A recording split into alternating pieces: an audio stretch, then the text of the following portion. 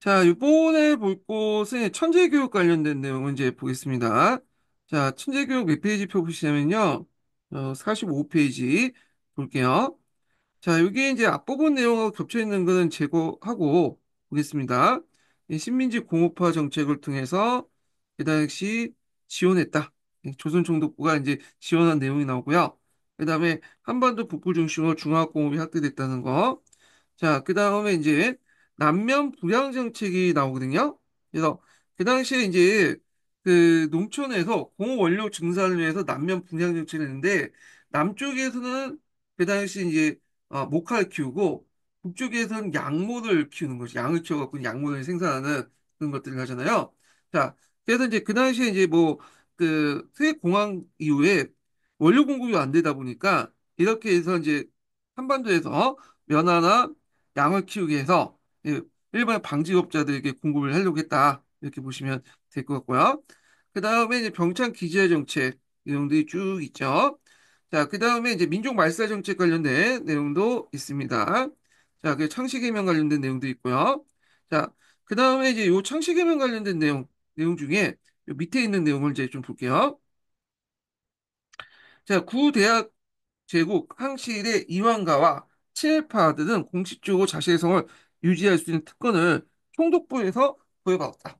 예, 앞에 얘기한 것처럼 자발적으로 한 게 아니라 얘네들은 그냥 놔뒀어. 어차피 그 몇 명은 이제 어 있어야지 한국성을 쓰는 사람이 있어야지 이제 자발적이라 했던 걸 이제 반증할 수 있는 거잖아요.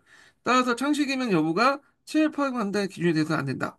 이렇게 해서 있고 자, 그 다음에 이제 뒤에 보면 소학교 관련된 내용에서 한국신민학교, 국민학교라는 이름으로 이제 바뀌었다는 거.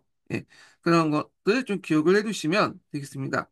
자, 여기 보면 이제 윤동주가 이제 창씨개명할 수밖에 없는 거 이렇게 했는데, 당시 창씨개명하지 않으면 각종 불이익을 받았고, 그 다음에 윤동주가 일본 유학을 위해서 도항 증명서 얻기 위해서는 어쩔 수 없이 했다. 이렇게 보시면 이게 이제 창씨개명했다고 해서 이 사람이 이제 뭐 친일파다. 이렇게 볼 수는 없다는 거죠. 예, 그 당시 어쩔 수 없이 하는 것도 있기 때문에 그런 것들 감안해서 봐야 된다. 이렇게 이제 보시면 될 것 같고요.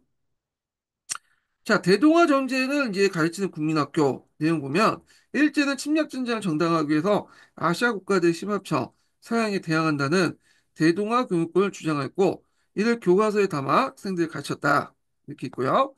자, 그다음 일상 통제 내용이 있는데 여기 국민정신 총동원 운동이 있었죠. 그래서 이제 요 관련된 내용이 이제 좀 보면 일제는 중일전쟁을 익힌 후 국가를 전시 총동원 체제를 바꾸기 위해서 일본에 국민정신 총동원 운동을 실시했고 국가 총동원법을 제정했어요. 그리고 국민정신 총동원 조선연맹을 결성해서 그 당시 조선총독부, 그 다음에 국민정신 총동원 조선연맹, 그 다음에 도부 군 마을연맹, 애국반, 개인으로 이어지는 통제망을 만들었고요. 그래서 이제 그 국민정신 총동 운동은 1940년 10월 더 강력한 통제를 갖고 있는 국민 총력 운동으로 전환했다. 그래서 여기 또 조선운동 그 국민 총력 운동 이렇게 기억을 해두시면 돼요. 이게 좀 발전된 게 국민 총력 운동 관련된 내용이고요. 자, 이를 위해서 조선총독부는 10개 정도의 집에 하나로 다니는 애국반을 조직했다. 예. 그리고 애국 반상회 이렇게 했고, 그 다음에 이제, 그 당시 그 1940년대 한글신문이었던 동아일보 조선일보를 폐간했는데, 이걸 폐간한 이유에 대해서 이제 여러 가지 설이 있는데, 여기에서는 이제 언론 자유를 제한하기 위해서 했다. 이렇게 했는데, 전쟁 기간 동안에 목재 수입이 좀 안 됐죠. 그러니까 이제 종이를 만들기 어려웠기 때문에, 이렇게 폐간한 것도 있다고 그러더라고요. 예. 그 다음에 이제 1941년에 만들어진 조선사상법 예방 구국령 내용이 있고, 그 다음에 이제 국민총동원법이 있죠. 그리고 공출 관련된 설명이 있어요. 예. 그래서 여기 국민이 국가의 수요에 따라서 농업생산물 기를 때 의무적으로 정부에 내놓는 건데 일정한 가격에 따라서 이제 사들긴 했는데 시장가보다 훨씬 더 낮은 가격이기 때문에 이게 문제가 생겼죠. 그래서 그 당시 일제가 이제 패망한 후에 미군이 들어와서 요 쌀 공출 제도를 폐지시켰죠. 근데 공출 제도를 폐지시켰더니 자유경쟁에 맡겨놨더니 쌀값이 올라가게 된 거야. 그래서 다시 공출제를 실시했죠. 요거 관련된 내용은 나중에 다시 얘기하겠습니다. 자, 그래서 도시에서는 식량이 부족하여 배급제 실제로 제대로 이루어지지 않았다. 예, 무기 제조에 필요한 각종 금속도 공출되었는데 녹구, 제기, 농기구부터 교회 종가, 절, 불상까지 모든 걸 뺏었고 그다음에 예전에 이제 얘기한 것처럼 강제저축 제도가 있죠. 그러니까 이제 예국저축이라는 이름을 했지만 실제 강제죠. 그래서 저축 목표계를 의무적으로 할당을 했는데 앞에서 말한 것처럼 요거는 이제 저축만 할 뿐이지 자기가 이 저축을 깨거나 그다음에 출금을 하는 그런 것을 못했어. 그러다 보니까 계속 묶여 있다 보니까 그 당시 인플레이션 상황에서는 자산 가치의 하락을 불러일으켰다. 이렇게 보시면 될 것 같고요. 그다음에 강제동원 관련된 내용 있죠. 그래서 국민징용령, 지원병제, 징병제 관련된 내용 있고 위안부 관련된 내용이 있다는 거, 정신, 근로노동 이 관련된 내용 한번 읽어보시면 될 것 같고요. 자, 그래서 여기 보면 이제 할당제, 사회 공출 관련된 내용 있죠. 그래서 이 내용도 한번 읽어보시면 될 것 같고요. 자, 그 다음에 이제 이렇게 해서 있고, 강제로 끌려간 사람들, 그래서 그때 그 강제는 의미가 있죠. 강제 동원은 강제는 신체적 구속과 협박은 물론 한국 시민이나 교육에 따른 정신적 구속, 회유, 설득, 본인의 임의 결정, 취업 사기, 법적 강제 등의 동원 등을 규정한다. 일제에 의해 강제에 끌려간 사람은 가혹한 노동에 시달렸고 인간다운 삶을 보장하지 못했다. 그래서 이제 요거 관련된 이제 그 내용들, 판결 관련된 내용들 한번 읽어보시면 되고요. 그 다음에 군함도 관련된 내용을 좀 보겠습니다. 보통 이제 하시마선이라고 부르는 군함도 관련된 내용인데, 자, 지옥섬이라 불렸던 군함도는 해저 탄광 개발을 위해 세워진 인공섬으로 해저 탄광 깊이가 1000m에 닳고 갱도 안쪽으로 들어갈수록 위험이 이제 높았는데 이런 곳에 주로 강제로 끌려온 한국인들이 작업을 했다.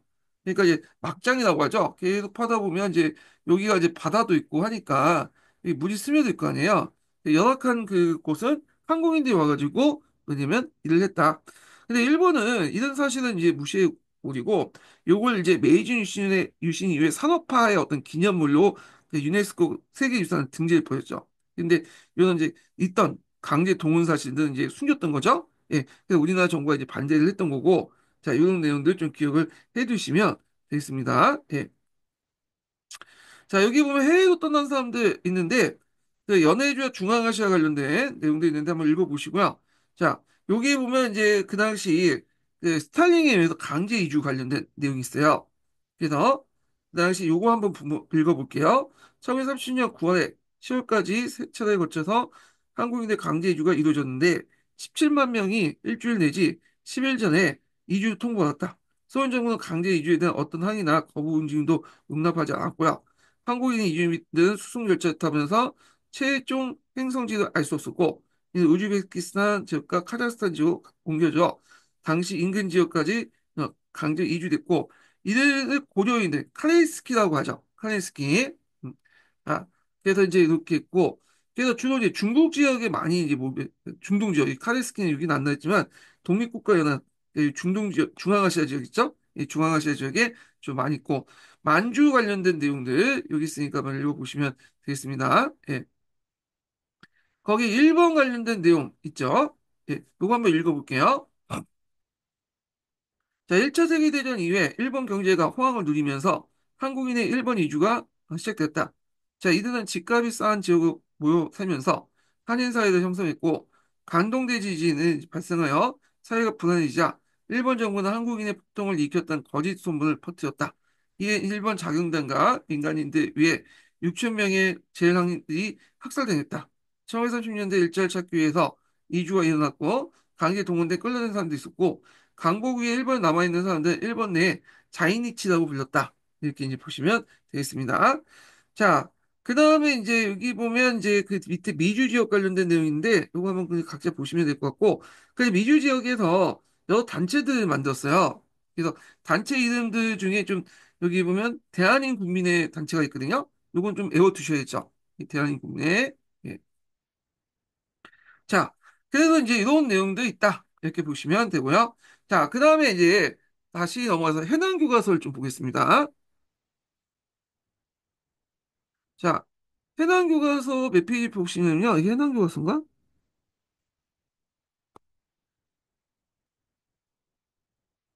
아, 제가 지금 얘기했던 게 해당 교과서네요. 네. 이제 천재교과서 얘기했는데 읽다 보니까 지금 해난교과서 읽었어. 예, 해난교과서 지금 읽은 거고요.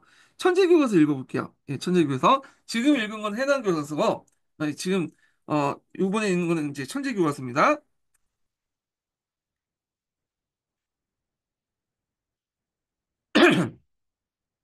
자, 내선일체 내걸고 한국 시민을 강요하다. 민족 말살 정책, 내선일체, 한국 시민. 이렇게 있고, 그 다음에 이제 그 밑에 이제 뭐 국민학교 이름 명칭 바뀐 게 있고, 그다음 한국 시민 선사를 배우겠다. 그다음 창씨개명 관련된 내용 있죠. 예, 그래서 이렇게 있고, 자, 그 1940년에는 성가 이름을 일본식으로 바꾸는 창씨개명을 강요했고, 이를 따르지 않으면 불이익이 있다. 근데 이 연도가 이거 잘못됐죠. 1939년이에요. 그래서 이제 이렇게 있고요. 그 다음에 이제 조선사상법 보호관찰령 관련된 내용인데, 이렇게 이제 교과서마다 이게 계속 반복됐다는 거는 중요하다는 거야. 그래서 이런 반복된 내용은 외워두시는 게 좋아요. 그래서 조선사상본범 보호관찰령, 그래서 형기를 바친 그 독립운동가들 계속 감시하는 거고, 조선사상 예방 구금령은 죄를 지을 수 있는 사람들 가능성 자체, 그러니까 죄를 지을 가능성이 있다는 이유로 그냥 영장 발부 없이 체포나 구속할 수 있다는 거예요. 예, 그런 것들 좀 기억을 해두시면 되고요. 그 밑에 조선사상법 예방 구금령 관련된 내용이 있는데 요거 한번 읽어보겠습니다. 자, 1941년 일제에 제정된 법률로 사상범의 자의적 구금에 가능하게 내용을 담은 법률이다. 치안유지법을 위반해 형을 청해진 경력 있는 자들 집행을 마치고 석방이 된 이후에도 필요할 경우에는 검찰과 경찰이 법원의 영장 없이도 자의적으로 계속해 구금하기도 하고 일정하게 제재할 수 있는 내용을 담긴 반이권 조치 관련된 내용이다. 일제는 이 법을 통해서 독립운동 가능성을 원천적으로 봉쇄하려고 했다. 자, 그 밑에 이제 대구 여학생 일기 있는데 대구 교육박물관에 전시된 대구 여학생 일기는 대구 공립 여자고등보통학교에 재학 중이었던 여학생이 거의 2년 1937년부터 약 11개월 거쳐 쓴 내용이다. 그래서 1937년부터 이제 쭉 썼고 한 1년 동안 썼다고 보시면 돼요. 일기장에 한국 식민화 정책을 통한 일제가 학교와 학생에 대한 통제와 동원을 강화된 모습을 볼 수 있다. 네. 그래서 여기 보면 예국에 관련된 내용 있죠. 그래서 매월 1일로 바뀌었다. 그 내용 있고 일본어 상용 관련된 내용 있고요. 자, 그래서 이제 이런 내용도 있다. 그런 거 좀 기억을 해주시면 될 것 같고요. 네, 전시 동원 체제에 관련된 내용을 보겠습니다. 예, 전시 동원 체제가 있고 국가 총동원법 관련된 내용 있죠. 예국방 관련된 내용 있고요. 그 다음에 국민징용령 관련된 내용 있죠. 자, 그 다음에 이제 징병제 관련된 내용 있고 네, 학도 지원병제 이렇게 갖고 있다는 거. 자, 그 다음에 이제 그때 많이 전사한 2만 명가량의 전대들의 모습이 있는데 이들이 이제 어디에 있냐면 여러분들 다 야스쿠니 신사에 있는 거죠. 야스쿠니 신사는 일본 제국주의에 의해서 이제 희생됐던 일본인들과 그다음 한국인들이 있는 곳이죠. 그래서 거기에 이제 합살해 갖고 신호를 받다 모시는 건데 우리 입장 볼 때는 상당히 뭐냐면 강제 끌고 와가지고 뭐냐면 영혼조차도 야수꾼 신세에 가둬놓기 때문에 상당히 이제 이 합사 반대 운동을 했던 거죠. 자, 그다음에 한국인 위안부 관련된 내용 있고요. 그다음에 이제 요 관련된 사진들 있죠. 한번 읽어보시면 될 것 같고. 자, 그 다음에 이제 여기 보면 하시마선 같은 게 있죠. 요거. 그래서 이제 그 강제징용된 고 김한서 이야기 있는데 한번 읽어보시면 되겠습니다. 네. 그다음 포로 간시로 끌어가는 이제 고 오영석 이야기인데 요 애들은 이제 좀 뭐냐면 그 당시 이제 감시원으로 갔어요. 국무원으로 이제 갔다 보시면 되는데 이 사람들이 원래 원해서 갔던 건 아니고 그 강제 끌고 와가지고 이제 어쩔 수 없이 간 거잖아요. 근데 거기 포로 감시원 생활하다가 연합군 포로부터 이제 뭐냐면 좀 약간 서운한 점이나 이런 것들 때문에 나중에 전후에 뭐냐면 군사 재판을 받게 돼요. 그래서 B급, C급 전범을 해갖고 분류를 해갖고 처벌받거나 처형당한 경우도 있거든요. 예. 그래서 이제 요거는 동경 재판 관련된 내용 할 때 요거 관련돼서 좀 더 얘기를 해보겠습니다. 요 부분은. 자, 그 다음에 이제 그 위안부 내용이 있고요. 한번 읽어보시고. 자, 그래서 이제 이렇게 해서 이제 한번, 정리를 해봤고요. 자, 그 다음에 이제 넘어가서요. 자, 일제강점기 때 이제 경제정책 관련된 내용 보겠습니다. 그래서 이제 병창 기지화 정책을 미리 받고, 여기에서 이제 볼 거는 뭐냐면, 10년대 삼미징식 계획과, 그 다음에 20년대에 이제 뭐냐, 10년대에 토지조사 사업과 20년대 삼미징식 계획, 여기 두 가지를 이제 크게 나눠서 좀 보겠습니다. 예.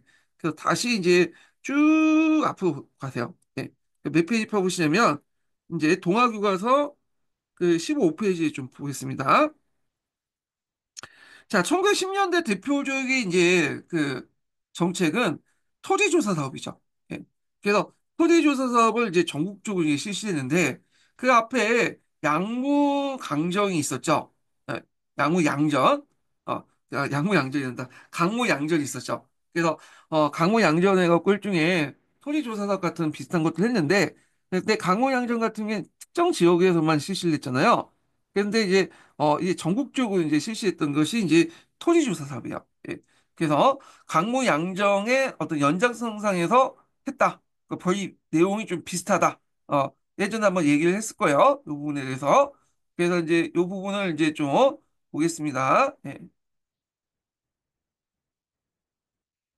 자, 요거를 보기 전에 또 뭐냐면 1910년대 농업정책부터 보고 넘어갈게요. 여기 토지조사상만 있어갖고 요게 이제 그 있는데 이 토지조사상은 이제 거의 시험 문제 안 나왔고요. 그래서 예전에 나왔던 게 이제 농업정책 관련된 내용이거든요. 요걸 좀 정리를 좀 해보겠습니다. 요거는 교과서에는 별로 언급되어 있지 않고 좀 간단하게 언급되거나 그렇게 해가지고요. 제가 그 특강에 있는 내용들 좀 이렇게 정리를 좀 해봤어요. 그래갖고 요걸 한번 정리하고 넘어가 보겠습니다. 심화교재 399페이지에 있는 내용인데,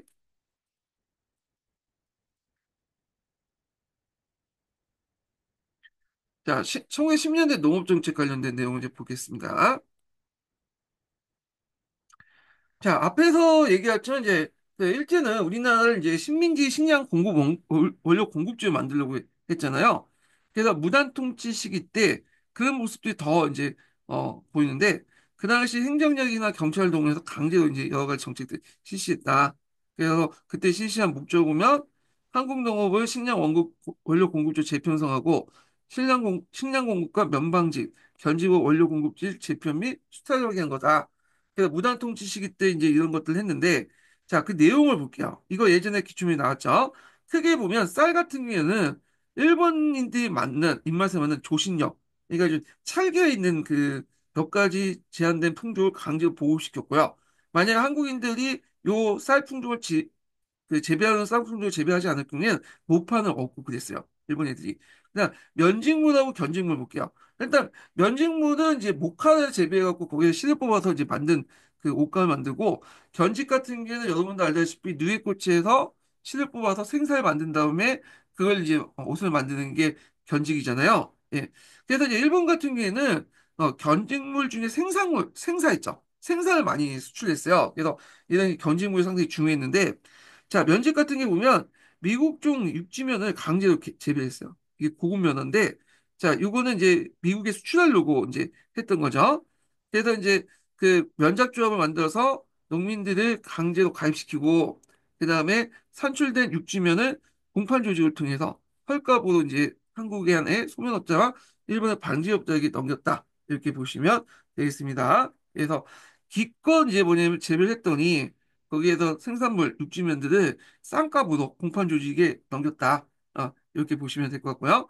자, 그래서 요 관련된 내용이 이제 있으니까 839번 한국사 특강에 있는 내용이요. 요 관련된 내용이 부특강하고 시특강 두 개에 있어요. 그래서 이거 한번 읽어보겠습니다. 자, 일본 경제는 면방지목을 중심한 경공을 이끌어가고 있는 형편인데, 면방지목의 발전은 고급 연화를 필요하게 되었다. 자, 여기에 일제가 한국에 강제로 재배시킨 것이 미국종 육지면이다. 일제는 그 종자를 빨리 보급시키기 위해서 연작조합을 이제 만들어서 농민들을 강제로 강행시키고, 또 여기에 산출된 육지면을 공판 조직을 통해서 헐값을 사서 한국 안의 면직업자나 일본의 방직업자에게 넘겼다. 그래서 이제 이렇게 있고 방직업자라는 것은 뭐지? 방직하고 방직은 차이점 아시죠? 방직은 씨를 뽑아내는 거고 방직은 이제 뭐냐면 이 실을 가지고 옷감을 만드는 게 방직이에요. 예. 자, 누에꼬치도 일제 이제 주요 외화 획득인데 누에꼬치는 이제 생사, 견직문화 관련돼 있어요. 기본적으로 이제 서구 제국에 종속되어 있던 후진 일본 제국주의국가가 생사 수출, 아까 이제 견직물, 누에꼬치에서 이제 나온 실을 가지고 묶은 것이 생사인데 이걸 바탕으로 견직물 만들죠. 그래서 그 당시에 일본 그 주요 수출품이 생사였어요. 그래서 생사 수출을 통해 그가 필요한 어, 그 기계 기술 등을 도입할 수 있었다. 그래서 이렇게 있고요. 그래서 견직물 관련된 내용 보겠습니다. 견직물은 개량 잠종해갖고 양장 사업을 했죠. 그래서 그 뽕나무를 심어서 그 당시 누에꽃을 했는데 뭐 누에가 뭐 좋은지 모르겠지만 하여튼 이런 식으로 해서 이런 이제 계량 잠종과 뽕나무를 강압적으로 보급을 했다. 예. 그래서 이제 누에 사육을 했는데 우리나라도 이제 예전에 그 조선시대 됐죠. 조선시대 때 이 누에를 이제 뭐냐면 그에서 생사를 뽑아내기 위해서 그 당시 콩나물을 많이 심었어요. 조선시대도. 그래서 주로 농사짓기 어려운 이 저습지들에게 이제 저습지에서 이제 농사를 많이 지었죠. 그래갖고 지금 오늘 강남 지역 있죠. 거기도 원래 누에를 많이 이제 그 생산한 곳이었고 잠자 들어가는 곳이죠. 잠실, 잠원돈. 그래서 누에 잠자 있잖아요.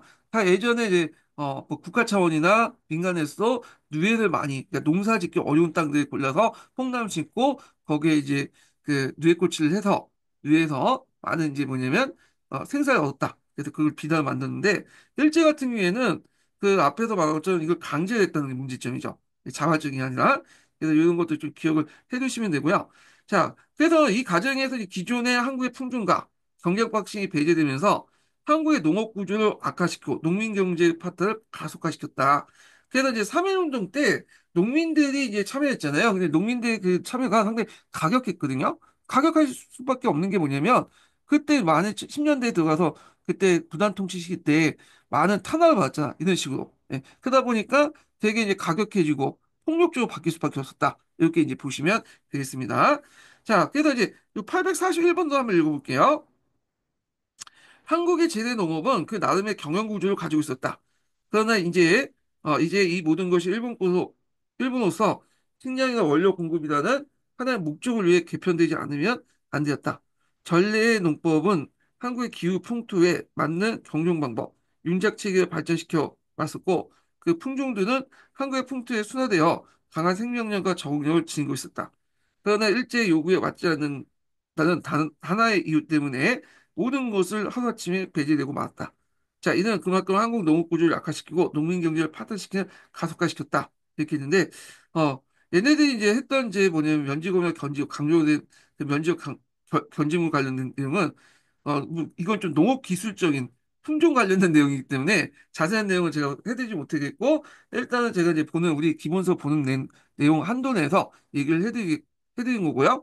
자, 그래서 이제 이렇게 해서 이제 있고, 그러면 토지조사 사업을 이제 넘어가겠습니다. 예. 자, 토지조사 사업은 1910년부터 해서 18년까지 했던 거고요. 그래서 이제 그 절차 과정을 보면요. 일단은, 그 통감부 시기 때 국유 미간지 이용법을 제정했어요. 그리고, 1910년부터 이제, 토지조사국을 이제 뭐냐면 설치했죠. 예. 그 임시 토지조사국을 설치하고 나서 1912년에 토지조사령을 공표했다. 그래서 관련 기구하고 관련 법제를 이제 뭐냐 마련했다는 거죠. 그래서 전국적 토지조사 사업을 실시했다. 그래서 보통 이제 학자들은 이제 여기 임시 토지조사국을 만들고 그다음에 여기부터 이제 기점을 잡죠. 그래서 1910년부터 해서 보통 1918년까지 이루어지는 것이 토지조사 사업이다. 이렇게 보시면 되겠습니다. 자, 그래서 이 조선총독부는 왜 이 사업을 했냐? 일단은 표면적으로 보면 토지세를 공정하게 부과하고 근대적 토지 소유권을 확립하기 위한 것을 선정했다. 이게 포면적인 어떤 목적이에요. 그래서 실질의 목적하고 이제 포면적 목적을 좀 약간 구분해서 보시면 될 것 같아요. 예전에 삼매징식 계획 관련된 문제 나올 때 삼매징식 계획의 포면적 목적이 뭐냐 물어본 적이 있거든요. 예, 똑같은 유형의 문제가 또 나올 수가 있겠죠. 자, 그러나 실제 목적을 보면 그 토지세를 안정적 확보하여 식민 통치를 장을 마련하고 일본들이 쉽게 토지를 차지할 수 있게 하기 위한 거다. 그래서 예전에 말한 것처럼 식민 통치의 1호 원칙이 뭐였어요? 가성비 원칙. 어, 그린 거. 그 다음에 두 번째로는 원칙이 뭐죠? 예. 그 식민통제 비용은 본국에 의존하지 말고 한국에서 자체적으로 마련한다. 그거잖아. 그러니까 두 번째 원칙이 있어서 토지조사 사업을 이제 했다. 이렇게 보시면 되겠습니다. 그리고 이제 토지조사 사업의 이제 주 내용을 좀 뒤에 얘기하겠지만, 일본이 이제 쉽게 토지를 차지할 수 있도록 만들기 위한 것도 있었다. 이렇게 보시면 되고요. 근데 요 내용 자체가 좀 약간 부족하거든요. 그래서 제가 정리한 내용을 좀 보고 나서 또 넘어가기로 할게요. 이게 좀 부족하기 때문에 일단 보겠습니다. 자, 요 관련된 내용들 앞에 이제 있고, 그리고 이제 여기 이제 목적과 이제 그 구체 사항들 볼게요. 여기 포괄적 목적은 아까 지세대 부담을 공평하고 소유권을 보호, 매매, 양도를 원하냐고. 요때 이제 채택했던 것이 일물일권주의죠. 예. 그래서 소유권만 인정하고 예전에 간섭적으로 인정했다 이제 뭐 경작권, 도지권 이런 것들을 다 배제하죠. 그리고 일물일권주의 원칙에 갖고 이제 하고 또 하나가 이제 부동산 등기제도예요. 부동산 등기제도는 부동산 그러니까 물건 중에 움직이지 않는 그 동산을 이제 부동산이라고 하잖아요. 그 건물이나 이런 이제 토지나 이런 것들을 이제 뭐 소유권을 이전할 때는 그 동사무소 가서 등기를 하는 거야. 그래야지 이전받는 거죠. 소유권 이전이. 그래서 이 두 가지를 이제 바탕으로 해서 소유권을 보호 매매 양도를 원하겠다. 이거는 이제 앞에서 그 강무정권 했던 이런 이제 지계 사업과 비슷하다고 보시면 돼요. 예, 그 지계 사업을 뭐냐면 연장선상에서 했다. 그러니까 지주를 위한 이제 어떤 토지 조사 사업이었다. 이렇게 보시면 되고. 자, 토지 개량 및 이용을 자유롭게 토지 생산을 증진한다. 자, 그래서 이걸 통해서 그 당시 토지 소유권 제도와 지세 제도 근대화시키겠다. 자, 근데 실질적인 내용을 보면, 자, 수치적인 효율성 확보의 측면에 보면, 토지조 사업을 통해서 정확한 토지 면적과 생산을 측정해서 응결을 찾아내서 확보하겠다. 이게 실질적인 거예요. 이게 이설층의 수탁을 방지한 건데, 그 당시 중간에 이제 중간 관리들, 뭐, 아전이나 그런 사람들이, 수탁이 많았잖아요. 그 다음에 이제 요거 와서 토지 소유권 하기 시켜주겠다. 그래서 일물 일권, 부동산 등기제도, 확립을 통한 토지 상품화를 해서 시민의 지주를 강화했다. 그래서 부동산 등기를 통해서 토지 소유권을 국가가 공식적으로 인정하면서 일본인들이 토지를 매매 양도하는데 쉽게 할 수 있다. 왜냐면 일본인 같은 경우에는 우리나라 국내 어떤 실정이나 사항들 잘 모르잖아요. 그러니까 국가가 부동산 등기제를 통해서 토지의 어떤 법적인 소유권을 인정해 줄 필요가 있겠죠. 이런 것도 있고. 그래서 토지 수탈 강한데, 자, 일본의 토지 소유 합법화, 공유지 창출할 불화. 왜냐면 이제 미신고지 같은 거 있죠. 공유지 같은 것들. 이런 것들을 통해서 뭐냐면 뺏어가지고 그 당시 일본인들이 나눠주죠. 그래서 몰수된 토지를 동양적식 주식회사를 통해 일본에 분할됐다. 이런 것도 좀 기억을 해두시면 돼요. 그래서 이 표면적인 목적과 실제의 목적이 많이 겹치는 부분도 있죠. 예, 이렇게 겹치는 부분도 있고 실제 목적이 겹치지 않는 것은 토지 수탈을 강화하겠다. 이거는 그 뭐냐면 포괄적인 목적이 들어가 있지 않죠. 예, 그래가지고 뭐 조세 수입을 이제 뭐냐면 홀성 확보는 이제 그 국가니까 그렇게 할 수는 있는데 더 나아가 플러스 알파 토지 수탈 강화 요거는 우리가 이제 해석한 거야. 예. 그래서 이제 요건 해석의 영역이죠. 예. 자, 그래서 포괄적인 목적하고 실질의 목적 서로 겹치는 부분도 있지만 좀 다른 부분도 있다. 이렇게 좀 보시면 될 것 같고요. 자, 그래서 이제 요 내용들 좀 보시면 될 것 같고요. 잠깐만요. 이게 폰을 잘못 끊었네. 교집합이 아니라 교환에 표면적인 목적이 있고 실제적인 목적이 있는데 여기 부분에 겹치지 않는 부분들 이게 토지 수탈 강화 이런 측면에서 보시면 되겠습니다. 예. 자, 그래서 이제 목적 관련된 내용이 있고요. 그 다음에 이제 토지 간섭 조사 및 토지 조사 방법 관련된 게 있어요.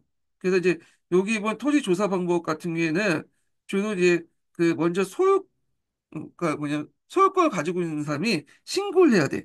예. 그래서 그때 이제 토지 소유권을 갖고 있는 사람들이 신고를 해야지 그걸 뭐냐 토지 조사를 인정을 받았다 이렇게 보시면 될 것 같고요. 그래서 토지 소유권을 주장한 사람들이 필요한 서류를 이제 가지고 구비해서 소유권을 인정받을 수 있고 그다음에 만약에 불복자에 대해서는 증거를 채택.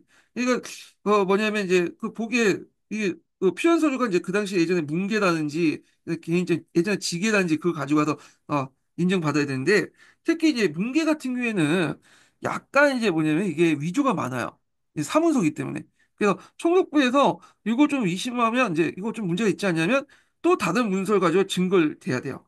그리고 소유권을 주장하는 사람들이 할 때는 관련된 서류를 챙겨갖고 이제 증거로서 이제 소유권 인정받는 증거주의를 이제 채택했다. 이렇게 보시면 되겠습니다.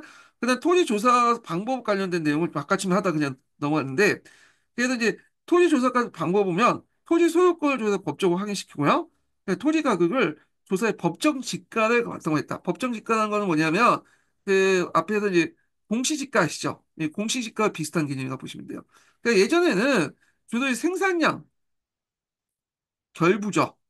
그 다음에 이제 파종량, 마지기 이런 걸 바탕으로 이제 했죠. 요거는 약간 이제 절대 면적하고 비슷한데, 자, 근데 이제 농업 생산량이나 어떤 이제 절대 면적이 아니라 그 땅은 작더라도 생산량이 적더라도 뭐냐면 그 법적 그 지가가 높을 기준으로 해석한다. 그래서 어떤 땅, 강남의 땅 같은 경우에는 공시지가가 상당히 높죠. 좁은 땅에도 불구하고. 근데 저 강원도 같은 경우에는 넓은 땅에도 강남에 뭐 100분의 1, 1000분의 1밖에 안 되잖아요. 근데 그 세금을 부과할 때는 요 공시지가에 따라서 강남에 이제 많이 부과되고 저 강원도에 쓸모없는 땅들 그런 땅들은 공시지가가 낮기 때문에 아무 거기에 뭐 농사를 많이 지어도 필요 없고 공시지가 낮으면 이제 세금을 적게 부과하는 거죠.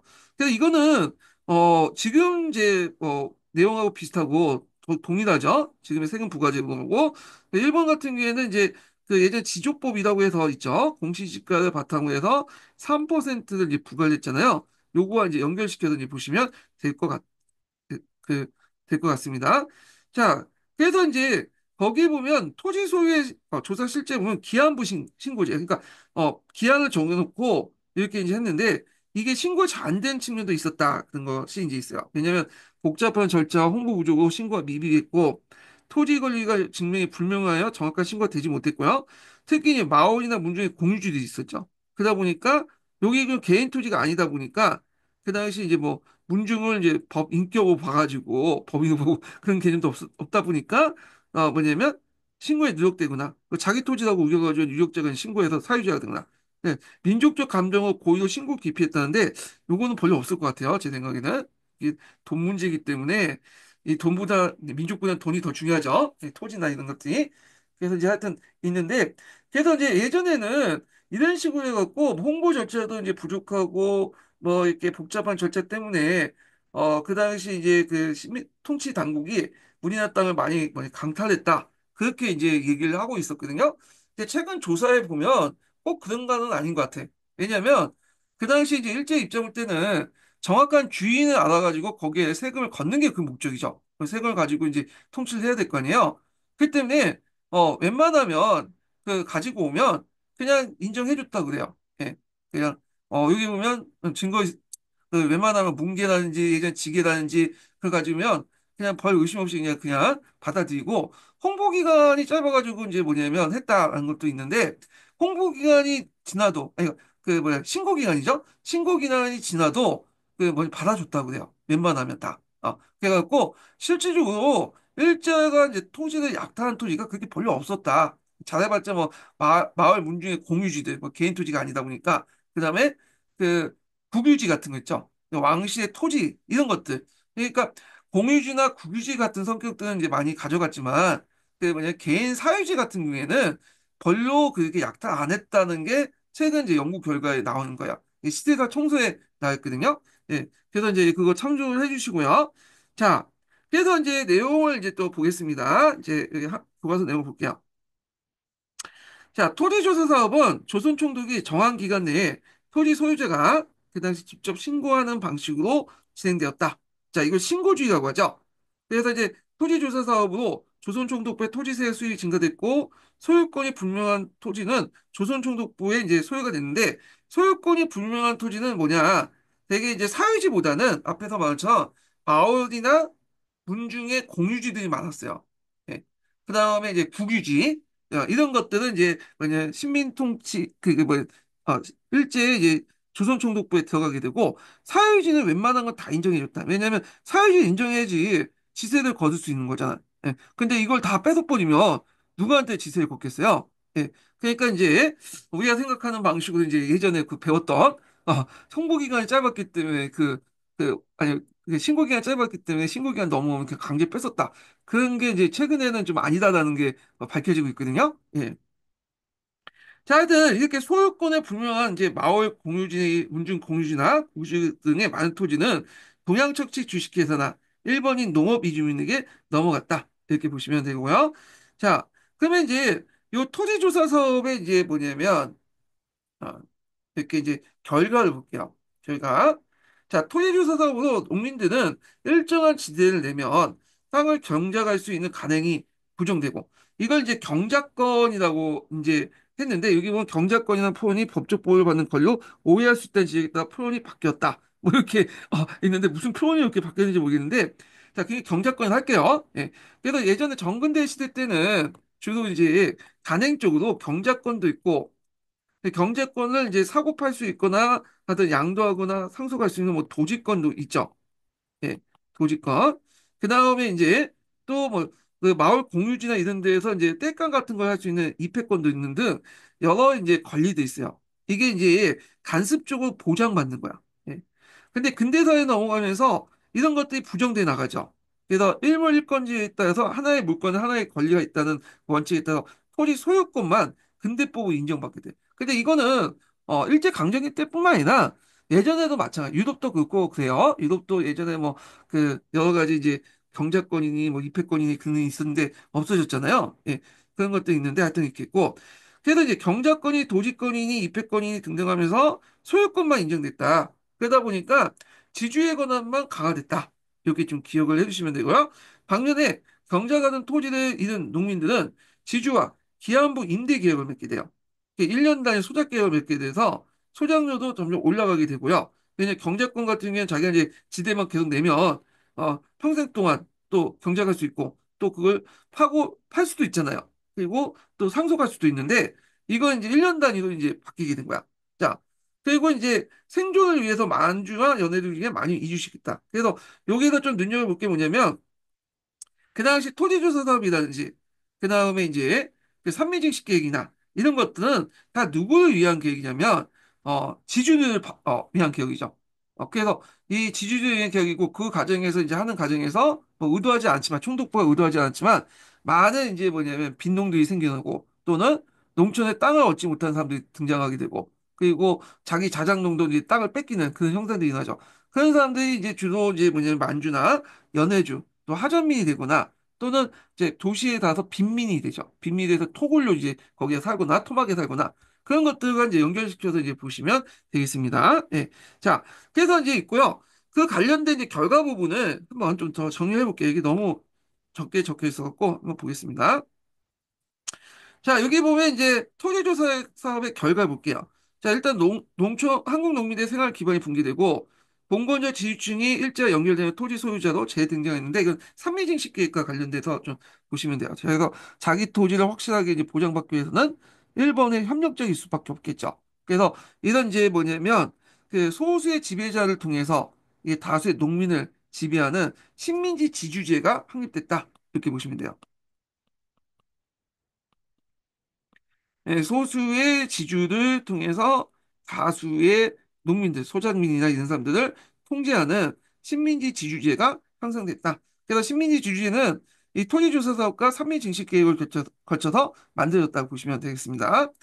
자, 그래서 양반 관료들은 부재주의가 돼서 전 농가의 3.4%, 전 농지의 50%를 소유했다. 그러니까 토지의 양극화가 더 심화됐다. 이렇게 보는데, 그럼 왜 이런 현상들이 일어나냐? 그게 뭐냐면, 마을 문중 토지 같은 것도 있죠. 마을의 공지나 문중지를, 신고를 안 하거나, 신고를 안 하면 이제 일제 총독부에 들어가잖아요. 아니면 이제 그 자기 토지라고 우기는 거야. 선을 조작하거나 일제에 아부해가지고 그래서 그 토지를 자기 토지로 만드는 거야. 그러다 보니까 예전부터 그 양반 관료 출신들은 땅을 많이 갖고 있었는데 이런 식으로 해가지고 많은 땅을 또 얻게 됨으로써 상당수 이제 토지 양극화 현상이 일어났다. 이렇게 보시면 되겠죠. 자, 총독부는 토지를 일본 토지회사와의 일본의 이민에게 인민에게 어, 일본의 이민들에게 이주민들 자 이주민들에게 무상 또는 싼값을 부과하고 그리고 일본이 대지주를 추진했다는 거. 그래서 일본인들 같은 경우에는 이미 구한말 때부터 불법인데도 불구하고 농장을 확대하고 또 편법으로 이제 또 농장을 확대했잖아. 근데 이제 요는 합법을 통해서 이제 했다. 물론 1908년인가 7년인가 그 일본인들이 부동산 등기를 할 수 있도록 이제 합법화 시킨 했지만 이걸 이제 뭐냐 더 확대시킨 것이 1910년대 토지 조사 사업이다. 이렇게 보시면 되겠습니다. 자, 그래서 이걸 통해서 이제 일본 본국의 식량 수급 충족 및 일본의 불만 세력들을 조선에 진출한 의도가 있었다. 이렇게 보시면 될 것 같고요. 자, 그 다음에 이제 여기 보면 그 토지를 세습 경제하였던 토지 농민들은 토지에 대한 모든 권리 있고 단순한 계약 소장로는 1년 단위 계약 소장으로 전락했죠. 그래서 이제 1년 단위지만 그 뭐냐 지주가 이제 뭐 틀리면 계약 파기하고 뭐냐 다른 그 뭐냐 소장농한테 주죠. 그리고 1년 단위로 갱신하기 때문에 당연히 소장인들은 그 지주 눈치를 볼 수밖에 없고 지주의 가혹한 요구에 들어줄 수밖에 없죠. 그래서 예전에는 뭐 소량료를 뭐 그 집조법이나 그다음에 이제 타조법에 따라서 뭐 30, 50% 이렇게 나눠 가졌는데 근데 이때는 뭐 6, 70% 점점 올라가는 소장료가 예.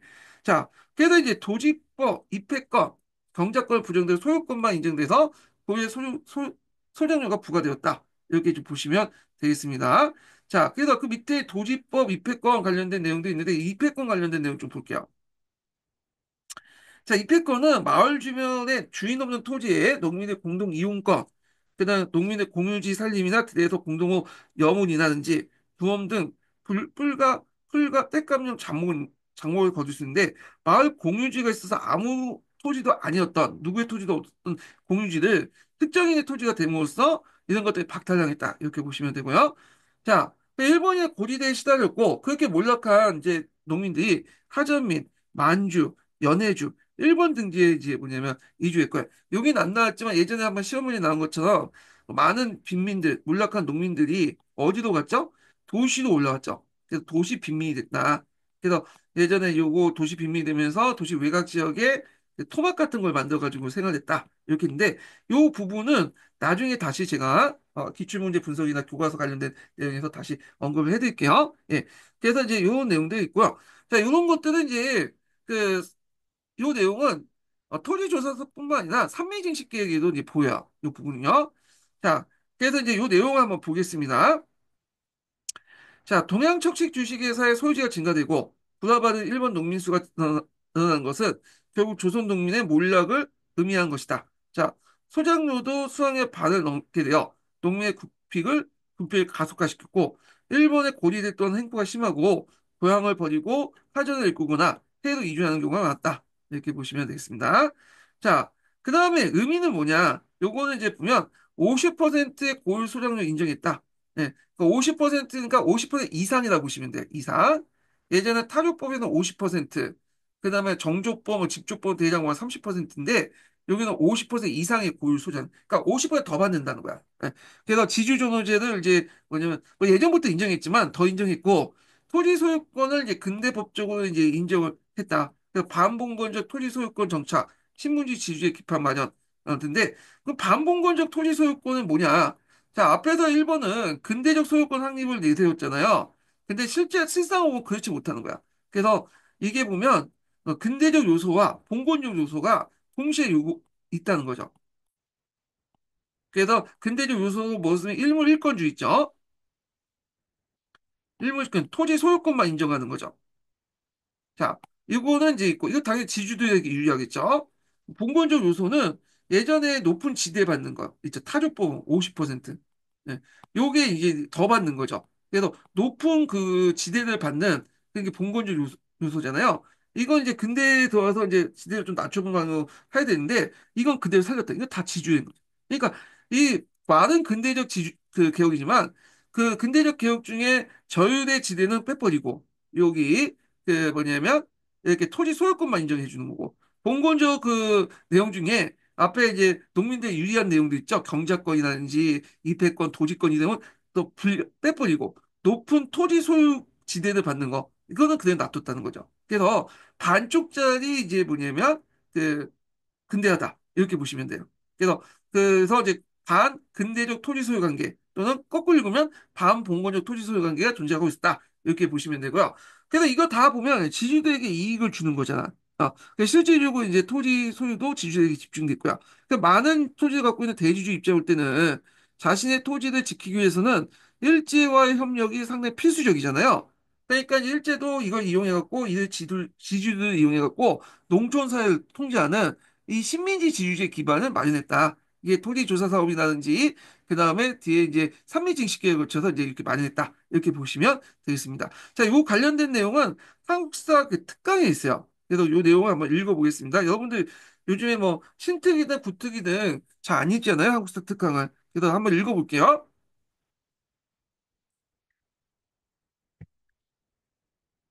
자, 반봉건적 토지 소유단, 봉건적 토지 소유와의 철저한 분계를 초래한 토지 개혁을 본격적으로 추진하지 못한 채 자본주의 생산 관계가 상품 경제에 세를 받은 봉건적 토지 소유가 그 본질을 남기면서 타협적으로 재평생 토지 소유를 의미한다. 말 어렵게 하는데 요거는 완전히 붕괴되지 못한 채 남아있고요. 지주대에 유리한 건 여기에다가 일부 근대적 요소를 덧붙인 거다. 이렇게 보시면 될 것 같습니다. 자, 그냥 반봉건적 토지 소유하에 토지가 상품화되고 경제 외적 강화가 완화된 특징을 보이고 있다. 근대 법적으로 토지 소유권이 인정돼 토지 상품화되면서 자본주의 생산 관계가 성립되지 못하고 여전히 지주 소작 관계가 형성돼 일제 식민지 주제도 이런 반봉건적 소유 관계에 범죄 있다. 그래서 토지 소유권은 근대적인데 이런 거 이제 수익이나 이런 것들은 봉건적이죠. 자, 이런 것들이 양존하고 있었다는 거. 그래서 이걸 통해 지주들이 막대한 이득을 챙겼던 거고, 그 자신의 어떤 기득권이 강해지면 강해질수록 그거에는 집착이 강해질 수밖에 없잖아요. 그걸 지켜야 되겠죠. 그러다 보니까 일제에 적극적으로 협력할 수밖에 없는 식민지 지주의 기반을 마련했다. 이렇게 이제 연결시켜서 보시면 되겠습니다. 자, 그래서 이제 이렇게 해서 이제 한번 토지 조사 사업 관련된 내용을 이제 봤고요. 그 다음에 이제 요 관련된 내용을 좀 다른 교과서에 좀 볼게요. 여기는 이제 지금 동아 교과서 읽었던 거고 천재 교육을 넘어가고 있습니다. 천재 교육. 자, 어, 토지 조사 사업 실시와 시민이 경제 제도 구축 관련된 내용 볼게요.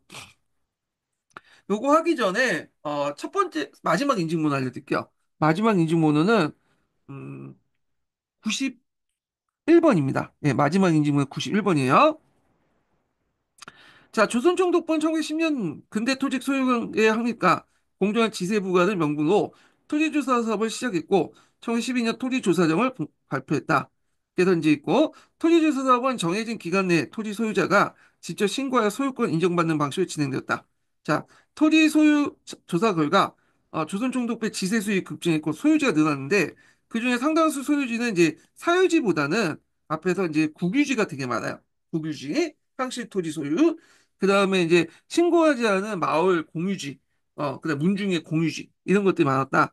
게다가 이제 조선총독부는 강제 병학 이전에 통감부가 국유지를 편입했던 항시소의 토지 중에 상당수가 조선총독 소유가 확정되었고 동양척시 주식에 헐값을 넘겼다. 그러나 이 토지에는 간습상 보장받고 있는 농민의 권리가 서로 겹쳐 있어 소유지를 확정하는 과정 분쟁이 지속적으로 이제 발생했다. 그래서 이제 농민의 권리라는 것은 뭐냐면 우리가 이제 했던 그런 경작권, 도지권 이런 것들이죠. 간섭적 보장받는. 근데 소유권을 가지고 있는 사람하고 이제 뭐냐면 갈등이 있었는데 여기는 뭐 사유지도 돼 있고 뭐 공유지도 해당하게 되겠죠. 자, 토지조사사고 지주는 소유권 인정받았다. 그러나 농민은 항우지 개간과 제방주축 등 노동력 제공하여 인정받은 권리를 법적으로 보장받지 못했다. 이런 것도 이제 뭐냐면 앞에서 말한 경작권이나 도지권이야. 예. 그래서 이제 조선시대 때 도지권 관련된 내용 할 때 제가 좀 얘기를 했을 거야. 이 부분에 대해서. 그래서 다수의 농민은 지주와 기한부 계약을 맺게 되어 소작권이 불안해지고 소작료의 부담이 늘어났다. 살기 어려워진 일부 농민은 하전민이 되거나 도시 빈민이 되거나 만주와 연해도 중지에 이주했는데 이 도시 빈민 게다가 그 당시 일제 어떤 그 농업 경제 정책 관련된 내용에서 결과물로 도시 빈민하고 연결시켜서 설명하는 부분이 예전에 기출문에 나왔거든요. 그래서 요거 기억을 해두시면 되겠습니다. 그래서 1910년대에 보면 토지 조사 사업도 있지만 또 해사령도 있었고 그다음에 철도나 도로나 항만도 확충했다. 그래서 철도 같은 경우에는 뭐 그 앞에서 얘기한 좀 호남선이라든지 이런 것도 이제 여기 속하죠. 그래서 철도망을 십자형을 만들고 그걸 또 뭐냐면 또 항만과 연결시켰죠. 철도를 통해서 이제 가져온 물품들을 이제 항만을 통해 내보내죠. 뭐 군산이나 그다음에 인천, 그다음 부산, 뭐 이런 목포 항만이고 그다음에 이제 그 철도가 이제 딱 도착한 그 역을 중심으로 해서 도로가 많이 만들어져. 그래서 내륙 곳곳에서 이제 뭐냐면 그 철도와 연결된 도로가 있다. 그래서 우리가 지금 쓰고 있는 이제 국도 있죠. 네, 국도들 다 일제 강점기 때 상당수가 만들어진 도로죠. 그래서 그 당시에 이걸 뭐라고 하냐면 새롭게 개선한 도로 해서 신장로라고 했어. 신장로. 네, 신장로. 물론 이제 엄밀히 말하면 새롭게 만든 길도 있지만 이 신장로 예전에 조선시대 때 역참이 이제 왔다 갔다 하는 길도 있죠. 이런 거를 좀 다듬어서 거기에 이제 뭐 콘크리트 깔고 그러니까 아스팔트 깔고 해갖고 만든 것들이 대부분이지만 하여튼 그렇게 서로 간의 물류망, 철도, 도로, 항만 이런 걸 물류망을 통해서 일제가 자신의 상품을 갖다 팔고 예, 우리나라의 이제 원료나 인력을 수탈하는데 사용했다. 이게 10년대에 이제 본격적으로 이루어졌다. 이렇게 보시면 되겠습니다. 자, 그 다음에 이제 또 넘어가서 천재교육 관련된 내용을 이제 좀 보겠습니다. 자, 천재교육 몇 페이지 펴시냐면 20페이지 펴보세요. 여기 보면 이제 여기는 이제 친절하게 애들이 요즘에 잘 어휘를 모르니까 지세다든지 국유지다든지 임야라는 말을 설명을 하고 있네요. 너무 친절하시네. 너무 친절해. 자, 하여튼 이렇게 했는데, 자, 여기 토지조사 사업의 기간이 나왔죠. 그래서 그 목적 등이 이제, 했고, 그 다음에 이제 여기 보면, 그, 조선총독부는 많은 토지를 국유에 편입했다는 거, 그 과정에 수많은 소유권 분쟁이 나왔고, 동양척식 주식회사, 예, 이제 있는데, 동양척식 주식회사 관련된 내용이 그 밑에 있죠. 그걸 읽어보시면 될 것 같고요. 자, 그래서 이제 토지조사 결과를 좀 보겠습니다.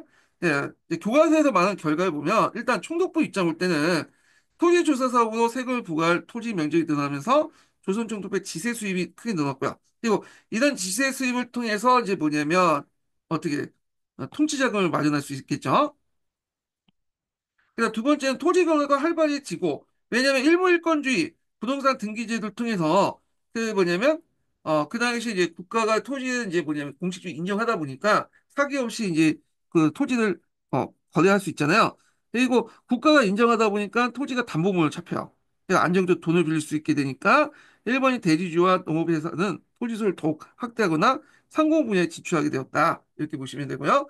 그 다음에 세 번째로는 토지에 있는 이렇게 농민들은 소작농을 이제 전락해서 그 당시 높은 소작농을 부담했다. 그래서 50% 이상의 고율의 그 소양 지세를 부과를 했다. 이렇게 보시면 돼요. 그렇기 때문에 아까 말한 것처럼 반봉건적 토지 소유 관계였다. 이렇게 이제 기억을 해두시면 되겠습니다. 자, 그래서 이제 이렇게 해서 이제 있고 그 밑에 옆에 안녕 AI인가? 요즘에 어저께 제가 AI 그 보여드렸잖아요. 그래서 이렇게 대화를 하면서 이제 AI가 이제 했던 내용도 있는데 챗 GPT에 보면 거기 그 음성으로 해갖고 이제 문자 테스트를 음성으로 이렇게 변화해갖고 이렇게 하는 거 있더라고요. 예. 그래서 그 제가 이제 그 소개한 그것도 하나고 그 챗, 챗 GPT 하나고요. 다른 챗 GPT도 많아요. 그 대화 그 챗 GPT도 많은데 한번 그것도 이용을 해주시는 것도 공부하는데 큰 도움이 될 것 같아. 자, 하여튼 이렇게 하고 토지조사 사업으로 국유지가 크게 확대된 까닭은 일제가 명목상 왕시나 간종 소유지 또 농민들이 이제 여러 세대 걸쳐 경작 매매했던 토지까지 대부분 국유지로 편입했기 때문에 이때 이 토지라는 것은 어떤 토지냐? 이거 아마 국유지 안에서 거기에 이제 경작권이 있잖아요. 그러니까 사유지 외에도 국유지 안에 경작권이 있어. 그래서 국가에 이제 뭐냐면 국유지만 실제로 이제 농민들이 계속 경작을 해서 영 그 영대 점유권을 갖고 있는 그 토지들 얘기하는 것 같아요. 그래서 이런 토지들을 이제 뭐냐면 완전히 국유지로 이제 편입했기 때문이다. 얘들 권리를 무시하고 근데 그러다 보니까 경작권하고 국가가 가지고 있는 소유권과 충돌할 수밖에 없다 보니까 이 소유권 분쟁이 일어난 거야. 예전부터 저 조상 대대로 내가 그 땅에 뭐냐면 그 경작을 해왔고 마을 사람들도 다 이제 뭐냐면 자기 땅을 이제 인식을 하고 있는데 서류상으로는 이제 국유지 남아 있는 건 있죠. 그럴 경우에 이제 뭐냐 이 땅은 이제 국유지이기 때문에 이제 있고 경작권이나 점유권은 무시하고 하다 보니까 소유권 분쟁이 나왔다. 이렇게 이제 보시면 되겠습니다. 네. 자, 하여튼 요 내용들 이제 파악을 해두시고요. 자, 그 다음에 이제 해당 교과서를 이제 좀 보겠습니다. 해당 교과서. 예. 그래서 이렇게 이제 해당 교과서는 좀 내용이 약간 앞으로 또 와야 돼요. 이거는 왔다 갔다 해가지고 이게 시대별로 연대별로 이렇게 쭉 나열해놓고 그에 맞춰 주제별로 이렇게 적어놓은 것 같아서 이게 이제 좀 약간 다른 부류하고 좀 달라요. 예. 시간별로 쭉 나열한 다음에 그에 따라서 이제 주제별로 이렇게 쭉 나열돼 있거든요. 그래서 이렇게 이제 앞부분에 있는데 쭉쭉 넘어가서 몇 페이지에 보시면 삼용동 이전이거든요. 예. 이게 어딨나? 네, 여기 있네. 자, 9페이지 펴보세요. 9페이지. 자, 여기 보면 토지조사 사업을 실시한 이유가 무엇일까? 이렇게 있고요. 그래서 여기 토지조사령 내용 한번 읽어보세요. 좀 쉽게 나오면 요즘에 사료의 명칭도 물어보고 있거든요. 그래갖고 요게 뭐냐 물어볼 수 있겠죠. 예. 자, 일제는 1910년 임시 토지조사국을 설치하고 1912년 토지조사를 공표해서 토지조사 사업을 실시했다. 이 내용이 있고요. 그래서 이제 앞에 있는 내용하고 이제 거의 이제 동일하죠. 예. 그 다음에 이제 여기 이제 토지조사 사업에서 동양척식 주식회사와 협력했죠. 동양척식 주식회사는 1908년에 설립된 회사죠. 그래서 요거 한번 읽어볼게요. 이거 예전에도 한번 읽었는데 한번 더 여기에서 읽어보겠습니다. 식민지 농업경과 일본 농민의 한국 이주를 위해 1908년에 설립된 회사이다.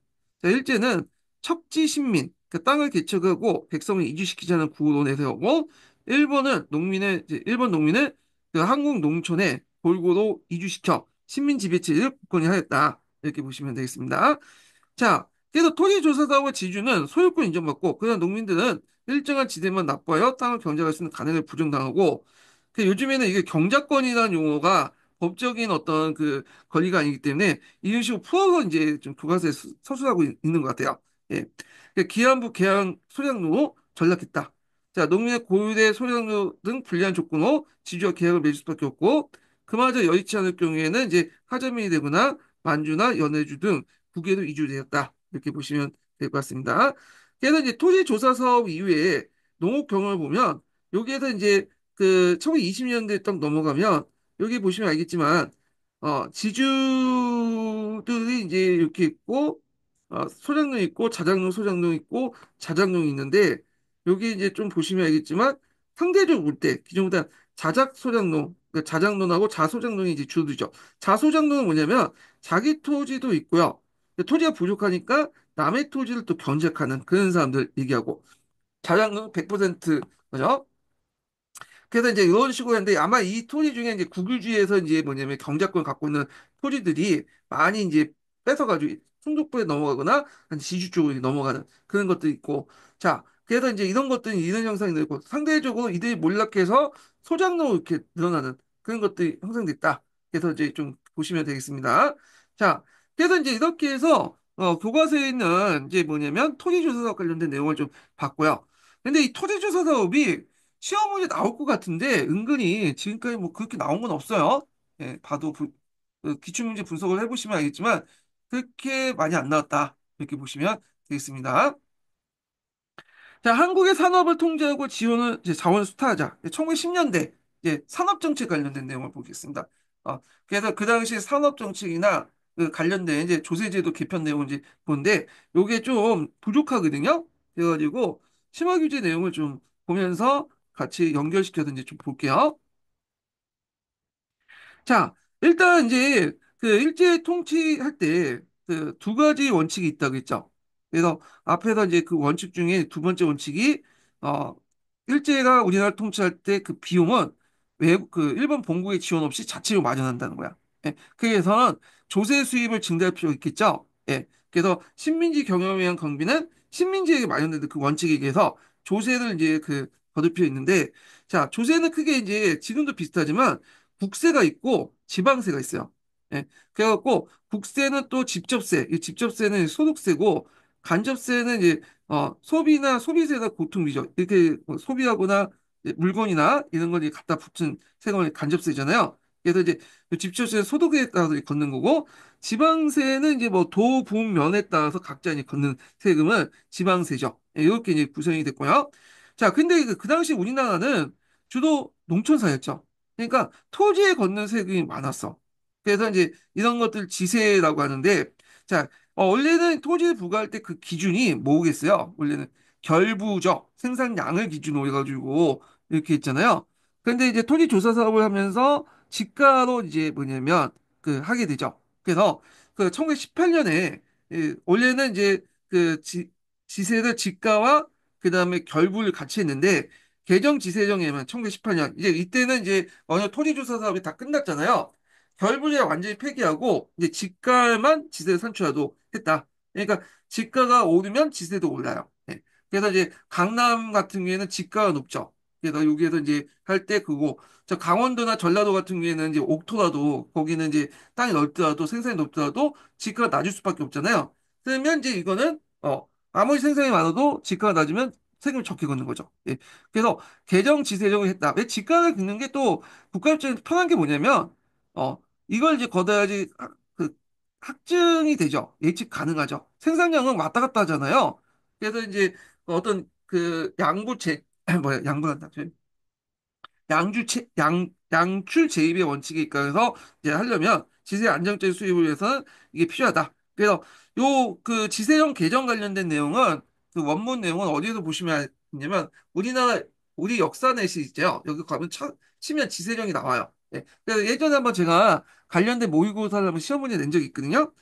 자, 그 외에도 연초세, 주세, 그 다음에 또 뭐냐면 담배, 인삼, 소금. 여기 좀 눈여겨볼 게 아편이야. 그래서 아편 같은 경우에도 이제 뭐냐면 전매제를 실시했는데, 그래요. 아편 같은 거 있고.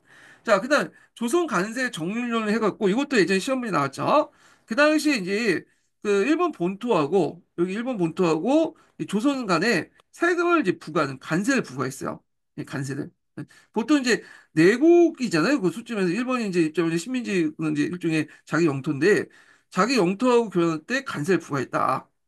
그게 좀 특징이죠. 근데 왜 그러냐면 그 당시 이제 서구 제국주의 이해관계를 보장하기 위한 거야. 왜냐면 일본 같은 경우에는 그 당시 불평등 조약을 맺었는데 서구 제국주의 국가들하고. 근데 자기가 이제 조선을 먹었다고 해서 일본 그 사업가들 이제 그 편을 봐주기 위해서 관세를 그 일본 작품이 조선 넘어갈 때 관세를 부과하지 않을 경우에는 불공정 거래가 되는 거냐? 서양 제국주의 국가들 입장에서 딴지를 거둘 수 있다고 생각해서 10년 동안 유예를 했어요. 그래서 그 당시 일본하고 조선 간에 이제 할 때 관세를 유예란 말을 했는데 관세를 부과하는 거죠. 면제 유예는 그 10년 뒤고, 그러니까 면제를 10년 동안 유예를 해줬다. 이렇게 보시면 돼요. 그래서 그것 때문에 이제 뭐냐면 조선 상인들이 상공업자를 나름대로 사왔죠. 왜냐면 10%의 관세가 이제 부과되니까 나름대로 일본 경제 값싸고 이제 뭐냐면 이렇게 질 좋은 일본 상품에 비해서 나름대로 좀 조선 상품이 또 떨어지잖아요. 근데 10% 관세를 물고 들어오게 되니까 나름대로 이제 물건을 갖다 팔 수 있었는데 자 이게 이제 기한이 다가오기 시작한 거야. 그러니까 이제 조선 총독부 입장에서도 그 당시 관세를 더 받기를 원했어요. 왜냐면 관세 수입을 가지고 이제 조선 총독부 수입이 되다 보니까 그래가지고 결국에는 그 당시 이제 논의 끝에 조선 사업가들이나 조선 총독부의 논의 끝에 관세를 3년 연기했죠. 1923년에. 그래서 23년에 연기를 해갖고 실시했다. 이렇게 보시면 돼요. 물론 이 관세가 이제 뭐냐 본격적으로 이제 아니 관세 면제를 이제 3년 연기했죠. 그래서 1913년에 관세 면제를 이제 하려고 했는데 1923년에 관세 면제가 이제 됐고요. 예. 3년 동안 유예했던 이유가 면제를 유예했던 거에 조선 총독부의 지세 수익 확보나 뭐 조선상공업자 요구에 따라서 이제 했던 거고 1923년에 관세를 그 뭐냐면 면제를 이제 실시했다. 그래서 이제 이때부터 조선하고 일본 간의 상품 교대 관세가 이제 부과되지 않고 다만 유세하고 면직류 같은 거는 그건 제했다. 이거 예전에 한번 시험 문제 나왔던 거죠. 자, 그래서 요 내용도 이제 보시면 되고요. 그래서 서구 제국주의 이해관계를 보장해서 10년 동안 관세 면제를 유예했고 그렇지만 또 3년 동안은 또 그 관세 수익이 원했던 이제 총독부 입장을 반영해서 또 3년 유예됐다가 23년에 가서 관세가 폐지됐다. 이렇게 보시면 돼요. 그래서 관세 면제, 관세 폐지 유예 이렇게 보시면 되겠습니다. 자, 그래서 850번, 2번 좀 읽어볼게요. 자, 일제는 1910년 조선에 병탈할 때 향후 10년간 내의 무역을 불면하고 동전의 관세 제도를 종속시키도록 선언했다. 자, 이는 조선의 합방 뒤에서 지원해준 서구 제국주의 이해를 보장해주기 위한 것으로 이들 국가에 대한 일제 종속성을 반영한다. 그러니까 이게 우리나라가 이제 일본의 식민지였지만 일본 또한 서양 제국주의 국가의 이제 산업 경제라든지 조약 체계 등등에서 종속된 형태였죠. 그래서 눈치를 볼 수밖에 없었다. 그 예전에도 한번 얘기했지만 그 구한말과 일제 강점기 때 또 현대사를 볼 때는 항상 그 우리나라와 다른 나라의 관계뿐만 아니라 다른 나라와 다른 나라의 관계도 같이 봐야 돼요. 그는 전체적이고 유기적인 시각을 통해서 일본이 왜 그런 정책을 했는지, 미국이 왜 그런 정책을 했는지 이해가 되거든요. 예. 자, 그래서 이제 요 내용들 파악을 해주시고요. 자, 그 다음에 해사령 실시 관련된 내용을 보겠습니다. 자, 총독부가 이제 해상을 했는데 신고가 아니라 준행을 허가죠. 예. 그래서 조선 밖에서 설립한 회사가 조선의 본점이나 지점을 설립하고자 할 때 조선 총독부의 이제 허가를 받아야 된다. 그 내용이고요. 그래서 회사가 본령에 따라 가라는 명령과 허가 조건을 위배하거나 공공질서를 이제 해칠 경우에 이 공공질서라는 게 뭐냐면 선량한 풍속이라는 게 뭐냐? 이건 뭐냐면 이런 거 두 가지로 볼 수 있는데 하나가 독립운동 자금을 대는데 이용하는 게 있어요. 회사를 이제 이용해가지고 독립운동의 자금을 이제 모집하는데 문제가 있죠. 그럴 경우에는 조선총독부가 회사를 명할 수 있고 두 번째는 도매인을 하는 게 있어요. 도매. 예. 그래갖고 그 조선시대 때 보면 이런 도고행위들이 많았잖아. 아, 그래서 이제 특히 그 당시에 도고행위를 통해서 막대한 이득을 챙겼던 그 사람들이 보부상들이 만든 상회사들이죠. 그래서 구한말 때는 이제 이 보부상들이 만든 상회사들 또는 뭐 시장상인들이 만든 상회사들 자 이런 것들이 독점권을 얻게 되잖아요. 또 보부상도 시장세를 또 징수하고 자 그래서 이런 도매행위를 할 경우에는 이제 뭐냐면 처벌한다. 그래서 이제 그 대상으로 하냐면 보부상이라든지 이런 보부상들이 만든 상회사들을 이제 뭐냐면 대상으로 이제 했던 거고요. 요거 관련돼서는 그 시대사 총서에 나와 있어요. 제가 관련된 문제를 또 시험에 나왔거든요. 자, 그러면 이제 요거 이제 내용도 있고, 그럼 왜 이런 것도 했냐? 일본의 영세자본을 보호하고 식민지 수탈을 피한 범위 안에서 일본 자본의 진출 유도하기 위한 거. 그러니까 일본 자본을 이제 뭐냐면 해야긴 해야 되는데 너무 일본 자본이 이제 빠져나가면 산업 공동화 형성이 나죠. 그래서 적절하게 통제할 측면도 있어. 그래서 주로 이제 일본 자본 중에 대규모 일본 자본을 막고 필요할 때 소규모 일본 자본을 이제 유도시키는 그런 거죠. 그래서 아직까지는 이때 이제 미쓰이나 미쓰비시 같은 일본 자본들 진출하긴 했지만, 그렇다고 해서 완전한 진출은 못했죠. 왜냐면 막혔어요. 왜냐면 일본 정부 입장에서 아까 전에 말했죠. 미쓰이나 미쓰비시 같은 자본들이 이렇게 진출을 해버리면, 일본 내에 공장을 더 지어야 되는데, 공장을 지을 수 없잖아. 공동화 형성이 나죠. 예. 그러니까 지금 미국도 제조업 시설이 지금 다 밖으로 나가니까, 어떻게든 제조업을 다시 유치시키려고 지금 관세를 높이고 그런 거 아니에요. 예. 그래서, 이렇게 이제 뭐냐면 일본 자본의 이제 어떤 진출을 좀 조절하기 위해서 이렇게 했던 거고 그 다음에 민족 자본 선정 외국 자본의 진출을 통제해서 상품 판매 시장과 원료 공급지 확보한다. 그래서 보통 교과서에서는 여기를 되게 강조하죠. 상정의 억제를 하기 위한 거다. 그래서 이제 일제강점기 때 교과서를 보면 전체적인 모습들을 이제 보여주는 게 아니라 이게 뭐랄까요? 일제강점기 때 우리가 얼마나 핍박받았다, 우리가 얼마나 저항했다라는 그런 감동과 가설을 바탕으로 해서 이렇게 좀 편집한 측면도 있어요. 이런 것들 좀 보셔야 되고 이걸 보통 교과서의 구성적 성격이라고 하는데 근데 여러분들 이제 그거는 이제 물론 여러 가지 면도 있지만 구성적 성격에 의해서 조직된 것이 있거든요. 예. 근데 여러분들 공부할 땐 그 구성적 성격에 맞춰서 공부를 해 두셔야 된다. 물론 여러 가지 이제 변수도 있고 일본에 의해서 근대한 모습도 있고 그죠? 물론 거의 그 피탄 받았지만 그래서 이런 거 얘기를 언급을 하면 이제 큰일 나죠, 이제. 예. 자, 하여튼 뭐 이렇게 있고 그래서 이제 그 당시 조선인 자본 같은 경우에는 일본인들은 좀 큰 작업 사업들 하죠. 주로 이제 전기, 철도, 금융 같은 것들 장악하고 그 다음에 이제 유통부문이나 농산물 가공업 방조에 제한 투자를 하는데 이게 대부분 이제 주로 큰 규모의 중화학공업이나 자본이 많이 투자되는 곳은 이제 주로 하는데 이에 반해서 이제 우리나라 그 자본들은 정리업, 피업, 잘문업, 교육 같은 좀 중소자본들. 예. 그래서 이제 이렇게 역할 분담을 했다는 거예요. 일본 자본들은 좀 중도의 큰 이제 중화공업 같은 거나 아니 큰 공장들 만들고 우리 민족 자본들은 이제 뭐냐면 조그만 것들 만드는데 정미업, 피업 이거 다 이제 자본금을 적고 시장도 이제 세분화되고 참여자가 많기 때문에 자본 축적이 잘 안 되잖아요. 그래서 이런 것들하고 역할 분담을 통해서 민족 자본을 억제하고 일본 자본 우위를 또 보장하고 또 일본 자본이 너무 많이 진출한 것을 막기 위한 그런 장치였다. 이렇게 보시면 되고요. 근데 1차 세계대전 이후에 이제 상황이 확 바뀌었죠. 일본 2차 세계대전 이후에 일본이 이제 뭐냐 자본이 축적이 가속화 되면서 더 이상 이제 일본 국토에 투자할 곳이 없는 거야. 오히려 투자하면 투자할수록 한계 상승 체감의 법칙이 적용됐기 때문에 오히려 손해가 와요. 그러면서 이제 본격적으로 잉여 자본들 어디에 투자하기 시작했다? 식민지에 투자하게 되면서 일본도 이제 일본의 자본들이 본격적으로 들어오게 되면서 뭐가 폐지됐다? 회사령이 폐지됐다. 이렇게 이제 보시면 되겠습니다. 자, 그래서 이제 요 내용들 이제 기억을 해두시면 될 것 같고요. 자, 그러면 이제 요 내용들을 보고 또, 뒤에 또 몇 가지 있죠. 이것도 이제 설명할게요. 자, 금융자본 같은 게 보면, 그 당시 동양척식 주식회사, 뭐, 그 다음에 조선은행, 식상은행, 이렇게 있고, 1909년에 이제 한국은행이 이제 만들어졌죠. 예, 그래서 1911년 조선은행을 개편하고, 그래서 한국은행과 조선은행 중앙은행을 세웠고, 1911년에 조선은행 건을 공포했다. 예, 이렇게 보시면 되고, 1911년부터 45년까지 이제 했던 거고요. 자, 동양척식 주식회사 금융부를 설치했고, 그 다음에 또 조선 식상은행을 이제 뒀어요. 그래서 6개 농공은행들을 이제 합병해서 식상을 뒀고, 그 다음에 금융종합이나 이런 거는데, 금융종합 1907년에 만들었죠. 오늘날 농협의 전신이죠.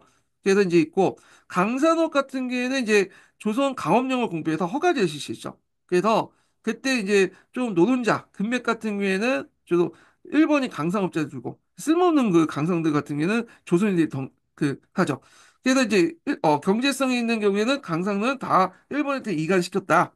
자, 그래서 이제 이렇게 있고, 그래서 이 강상업이 발달되면서 뭐 제연소, 진남패 제연사, 금은 세국 성공자, 그 금은은 이제 그 뭐냐 다듬는 곳 있죠? 예, 거기서 노량진이 있었고 노량진 많이 들어왔죠? 예. 자, 이렇게 이제 있고 조선 어업령을 공표해서 그 당시 이제 어업을 총독이 허가상을 했는데 주로 이제 일본 어선들이 많이 해주고 조선 어선들은 별로 안 해주고 그렇게 이제 뭐 이게 그 당시 그 조선 안에 있는 어자원들이 다 일본에 많이 갔죠. 예, 이런 것들 있고 그냥 산림령을 보겠습니다. 산림령 또는 산림령이라고 해요. 예. 그래서 이게 1907년에 산림령으로 해서 이제 구한말대 공표했거든요. 게다가 이제 1911년에 산림령, 산림령 해가지고 이제 했는데 자, 요거 관련된 내용을 보겠습니다. 요거 예전에 한번 기출문제에 언급됐었어. 그래서 이건수 운동 예문 나오고 그 관련된 내용이 한번 나왔거든요. 자, 일제는 1911년 산림령 또는 삼림령이라고 또 불려요. 그 예전에 있었던 개정을 했는데 이냐 조사 사업을 이제 벌였다. 그래서 일제는 토지 조사 사업과 함께 신고제도 채택했다. 그래서 국가가 소유하고 있는 산림을 비롯해서 마을 주민들이 공유지로서 사용했던 임야 등을 일제에 뺏겼고요. 농민은 마을 공유지에 들어갈 때 땔감을 할 수 있는 권리마저도 뺏어 버렸다. 이렇게 하는데 여기 약간 오해할 수 있는 게 뭐냐면 그 당시 국가 같은 경우에는 일본이죠. 이 당시. 일본은 이 산림을 어, 국유지로 만드는 것보다는 나눠줬어요. 어때 국유지는 의미가 없어요, 이거는요. 예, 나눠줬는데 강제로 할당을 해줬다고 보시면 돼요. 예, 신고한 것도 있고 신고도 별로 안 하겠죠, 이 산림 같은 경우에는. 그래서 강제로 이 할당을 해가지고 뭐 했냐면 나무를 심게 했어요, 나무를. 어, 그래서 이제 그 당시 땔감을 많이 하다 보니 나무가 없었거든요. 그 홍수가 일어나 보니까 거기에 이제 산림에다가 뭐냐면 국유지를 강제로 이제 할당을 시켜서 하거나 신고한 토지 같은 것들을 이제 소유주 인정하면서 거기에서 나무를 심게 하니까 이게 의무적이거든. 그러니까 본래 가지고 있는 사람들도 신고를 잘 안 하려고 했어. 어차피 그 신고해서 얻는 이득보다는 나무를 할당받아서 강제로 심는 이득이 손해가 보기 때문에 그 비용이 더 많기 때문에 손해를 입잖아요. 자, 이런 것들 같이 기억을 해두시면 되겠습니다. 자, 그래서 이제 요 내용도 있고요. 뭐 임야 조사령에서 신고주의 원칙에 따라 소유권을 이제 확대했다는 거 여기 있고 산림령과 관련된 내용들 이런 내용들 좀 기억을 해두시면 되겠습니다. 자, 그 다음에 이제 그 철도망, 신장로, 항만 이런 것들 여기에서 이제 조선의 도로와 철도, 항만을 서로 연결시켜갖고 일본과 있는 운송 체계를 완비했다. 그래서 이런 내용들 좀 기억을 해두시면 되겠습니다. 자, 이 부분을 한번 읽어볼게요. 자, 1910년대 일제는 도로나 철도, 항만 등이 기간 시설을 정비했다. 자, 한국의 식량과 원료를 원활하게 일본에 가져가고 일본의 상품을 한국의 내륙까지 효율적으로 판매하기 위해서다. 자, 일제는 이걸 신장로라고 이제 일컬어진 길을 만들었고, 기존의 철도망을 보완하는 간설철도를 개선했다. 그리고 또 물건을 싣고, 그 다음에 내리기 위해서 항만을 건설했다. 이렇게 이제 보시면 되겠습니다. 자, 그러면 이제 요 관련된 내용이 이제 요 밑에 있는데, 한번 동아교과서 내용 관련된 내용을 읽어보겠습니다. 자, 일제는 1910년 회사령을 제정해서 회사를 설립할 때는 조선의 총독의 허가를 받도록 자, 이게 목적이 뭐냐면 한국 자본의 축적을 차단하고 한국 일본 원료 공급자 상품 시장을 만들려고 했다. 예. 그래서 앞에서 얘기했지만 이제 그 목적 관련된 내용에서 여기 욕을 되게 강조한다고 했죠. 여기보다는. 그래서 글을 쓸 때는 답을 여기에 맞춰 갖고 쓰시는 게 좋을 것 같아요. 예. 그래서 왜냐면 그 취재하신 분들이 교수님이, 요게 전문가거나 관심 있는 교수님은 뭐, 요걸 써도 맞게 해주겠죠.